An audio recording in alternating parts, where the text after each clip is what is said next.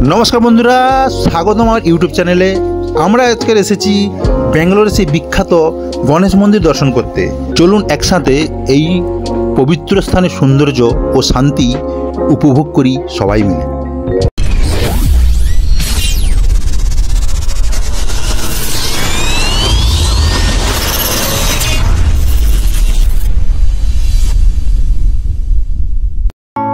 तो बंधुरा मंदिरे जाওয়ার पथ खूबই शांत एवं सुंदर और आमरा चले एसेছি एकेबारे गेटेर सामने। प्लस आज के एकटू भीड़ रयेछे कारण पुजोर समय तो भीड़ थाकबे। एमनिते मंदिरटा पार्मानेंट मंदिर बाट आजकेर एकटू थीम अन्यरकम करा हयेछे, साजानो हयेछे एकटू सामनेर दिकटा।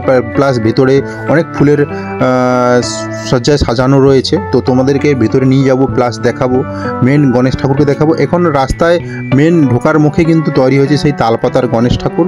तो एटा आमरा प्रवेश करब। एखाने किन्तु अनेक भक्तदेर भीड़ आछे गणेश मंदिरे, ठीक आछे। बंधुरा गेटेर सामने आसतेई किन्तु चोखे पड़लो सेई तालपातार तैरि गणेशेर मूर्ति। এটা শুধু সাজসজ্জার জন্য নয়, এর মধ্যে রয়েছে একটা বিশেষ তাৎপর্য। তালপাতা হচ্ছে পবিত্রতার প্রতীক আর গণেশ হচ্ছেন বিঘ্নহর্তা।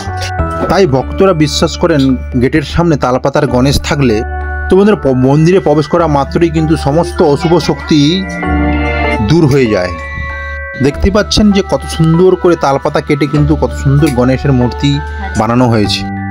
তো বন্ধুরা আমরা ফাইনালি কিন্তু ঢুকে পড়লাম সেই মন্দির প্রাঙ্গণে। দেখতে পাচ্ছ ফুলে ফুলে ভরা রয়েছে সেই ভিতরের মন্দিরটা। আর দেখতে পাচ্ছ তালপাতার কিন্তু কারুকার্য ভিতরেও অনেক রয়েছে আর মানুষের ভিড় এবং সেলফি ফোনে ভরে গেছে, ঠিক আছে। এই দেখতে পাচ্ছ এবছরের থিম হয়েছে ফুলের ওপর কাজ। দেখতে পাচ্ছ ঘাস ফুল দিয়ে এবং তালপাতা দিয়ে কিন্তু আজকের গণেশ মন্দিরের ভেতরটা সাজানো হয়েছে। তোমাদেরকে চারিদিকটা ভালো করে দেখাই এবং তোমরা দেখে ভালো লাগলে কমেন্ট ও লাইক করে আমাকে একটু উৎসাহিত করো।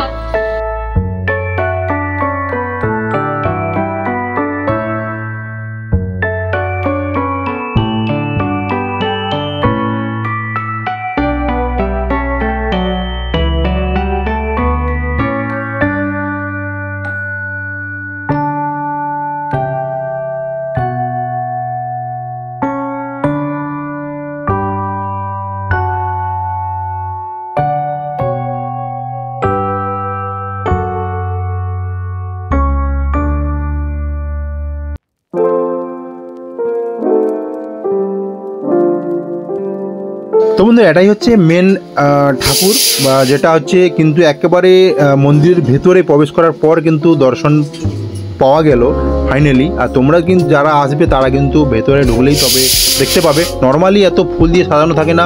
প্লাস দেখতে পাচ্ছ কত সুন্দরভাবে কিন্তু তালপাতা দিয়ে কিন্তু প্লাস ফুল দিয়ে গেটটা বানানো হয়েছে। আর ভেতরে রয়েছে সেই বিঘ্নহর্তা গণেশের মূর্তি, ঠিক আছে। ফাইনালি আমরা এখন বেরিয়ে যাবো কারণ দাঁড়ানো যাচ্ছে না। তো গেটটা দেখতে পাচ্ছ একদম। আর সঙ্গে দেখতে পাচ্ছ কে রয়েছে তোমাদেরকে দেখাচ্ছি।